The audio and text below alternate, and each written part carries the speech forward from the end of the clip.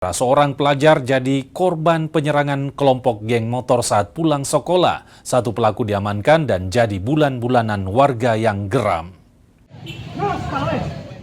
Satu pelaku yang menyerang pelajar diamuk massa saat mencoba kabur dari lokasi.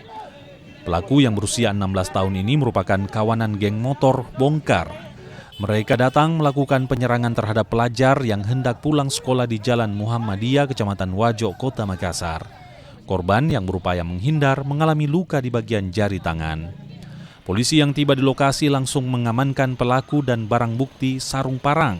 Polisi masih mengejar rekan pelaku lainnya. Ini pelaku berteman 4 orang, mengendarai sepeda motor 2 unit. Kemudian pelaku tiba-tiba melakukan penganiayaan terhadap anak di bawah umur yang berlokasi di Jalan Muhammadiyah, Makassar. Salah satu dari pelaku berhasil diamankan, itulah kemudian massa berkumpul sehingga kami petugas kepolisian langsung mengamankan pelaku. Tadi pelajar ya korbannya? Ya, untuk korban pelajar dengan umur 15 tahun. Hendak ditebas atau bagaimana? Menurut informasi dari korban dan saksi-saksi yang ada di TKP, bahwa pelaku mengarahkan parangnya ke leher korban.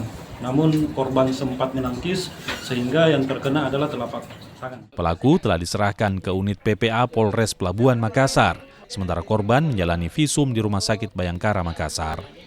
Rama Pratama, Kompas TV Makassar, Sulawesi Selatan.